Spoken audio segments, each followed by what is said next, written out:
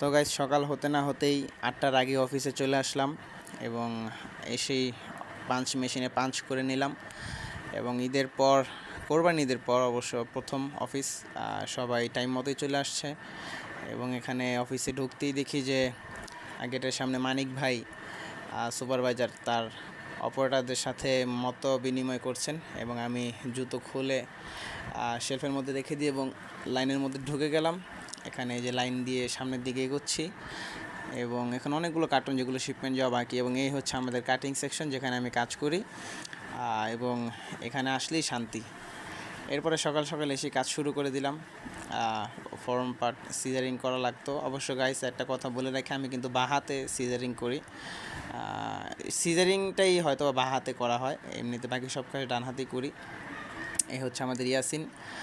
সকাল সকাল এসে দুই বন্ধু মিলে গল্প শুরু করে দিলাম।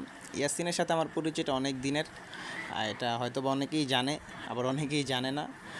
এরপরে এই যে নতুন কাপড় ফেব্রিক আসছে, এটার সস কাটা লাগবে। তো কামাল ভাইকে নিয়ে এই অনেকগুলো ফেব্রিক, এগুলোর একটা একটি করে সস কাটা লাগবে, তাই কাজের জন্য রেডি হয়ে গেলাম এবং সবাই কাজে ব্যস্ত, আমরাও কাজে ব্যস্ত। এরপরে দেখলাম কি, এই যে আমি এবং ক্যামেরা ঘোরাতে দেখি ওই যে ইয়াসিন মোবাইল ক্যামেরা দেখলেই সে হাত নাড়াতে শুরু করলো এবং আবার কাজ শুরু করে দিলাম। এরপরে ঘটনা অনাকাঙ্ক্ষিত, লাঞ্চ যখন সময় হয়ে গেছে লাঞ্চের, তখন জানতে পারলাম যে আমাদের ছুটি লাঞ্চের পরে। তো এরপরে রবিউলকে নিয়ে আমি বাসার উদ্দেশ্যে রওনা হলাম। তো এরপরে হাঁটতে হাঁটতে এলাকায় চলে আসলাম, দেখি এক ছেলে কাঁঠাল বিক্রি করতেছে। এই গরমের মধ্যে কাঁঠাল, এবং আকাশের দিকে দেখি ভালোই মেঘ, ভেবেছিলাম বৃষ্টি হবে।